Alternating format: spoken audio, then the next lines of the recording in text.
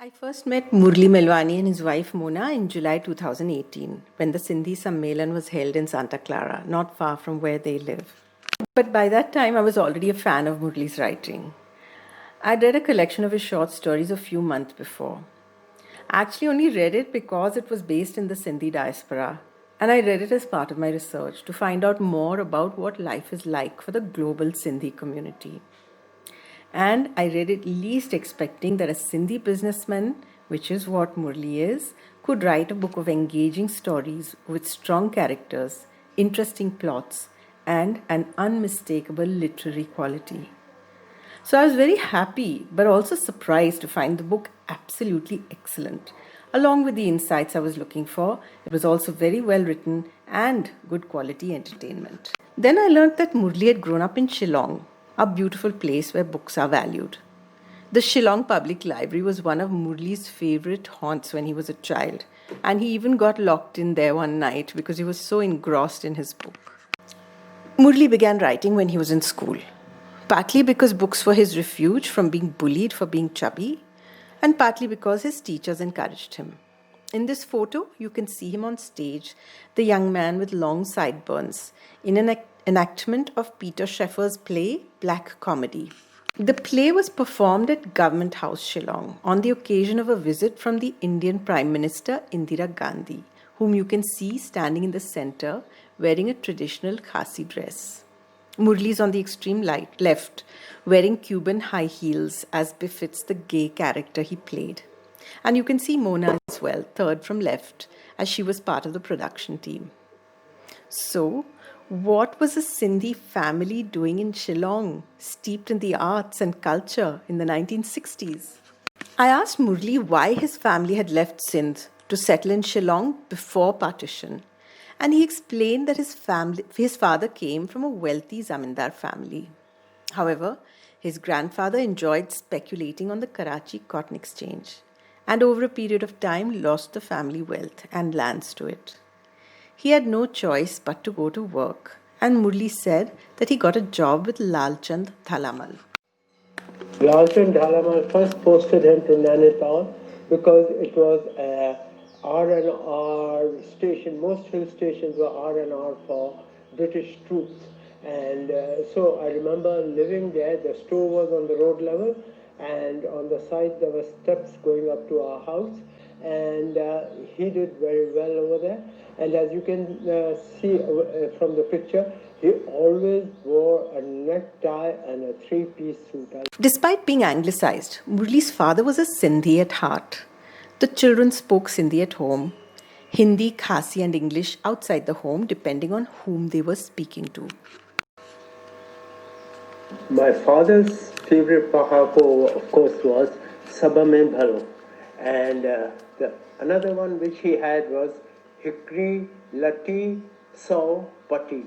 It meant that one door closes, another 100 open. One day there was a fire on the main street, GS Road, and 6 of its shops burnt to the ground. Murli's family also suffered great losses. And Murli's brother asked their father, "Do you still believe all that?" He replied, "Yes, now even more than before." The goods in their store rescued from the fire were on the pavement, at risk of being ruined by water. There was no store space on rent, so Murli's father took up a hall on the second floor of a building. You can see from the expression on his face how he must have been feeling. They spread word and pasted posters that they were selling water-damaged goods at a low price. Moved by sympathy, shoppers made the effort to climb the steep steps to the second floor. They were happy to get deals. Within 4 days, the usable merchandise was sold out. On the evening of the 5th day, Murli's father bought goods from local wholesalers on credit. The first thing he did was to pay the previous landlord the month's rent that was owed to him. He explained to his children, "For a Sindhi businessman, his reputation is important. I'm getting all this credit because the wholesalers trust me."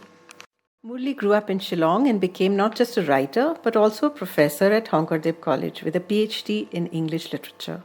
He married Mona and they had 2 children, Arvind and Arpan. Then a time came when political events caused Murli and Mona to decide that they had to leave Shillong for their own safety and a better life for their children.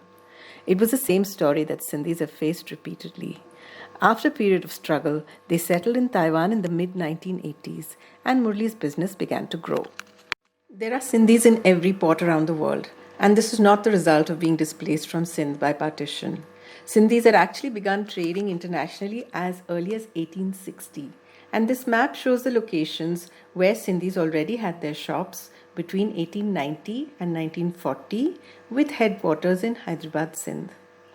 Murli's business flourished, and as he continued to travel around the world, buying in one place and selling in another, he also continued to write his stories. I had read Murli's stories and enjoyed them very much. So I discussed the matter with him and we decided to publish a collection of just his Sindhi stories. We got the idea towards the end of 2019, but because of all the disruptions due to the 2020 global pandemic, we have been able to do so only now. And in this slide, you can see Murli and me on a Zoom call, very happy with our proof copies of the book. Murli's book has 11 stories, and it starts with an introduction which I wrote. It gives a little background about how and why there were Sindhi retail businesses all around the world long before partition. As you can see, there's an endorsement for the book by the esteemed Gurcharan Das, who found this book very interesting. Its stories are set not just in India, but in Hong Kong, the US-Mexico border, Chile, and other countries. The plots and characters too cover a lot of different situations and personalities, but they are set very much in the Sindhi world. I asked Murli how he got ideas for his stories, and this is what he said. These stories grow out of either a conversation with someone or something that I read in the papers or something I heard a conversation at the airport in the lounge and something that in passing I might have gathered. The stories cover many countries, many different aspects of life in the diaspora. The story The Bar Girl is about a divorced Sindhi American businessman who develops a connection despite the age gap with a bar girl in Thailand. Two incomplete individuals helping each other to rebuild their lives and unite with their fractured families.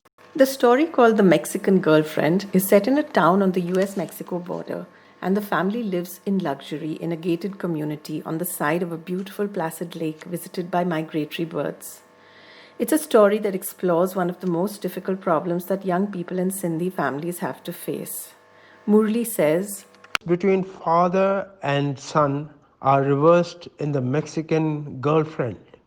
It is not the son, but the father, an old-fashioned Sindhi, whose actions alienate his wife, son, daughter-in-law, and causes a tragedy that is hard to believe in any part of the world. The story, The Bhorwani Marriage, uses humor and gentle satire to show that the marital alliances across continents are very much like business negotiations. Then I asked Murli the essence of what his stories tell us about the Sindhi community, and here's what he said.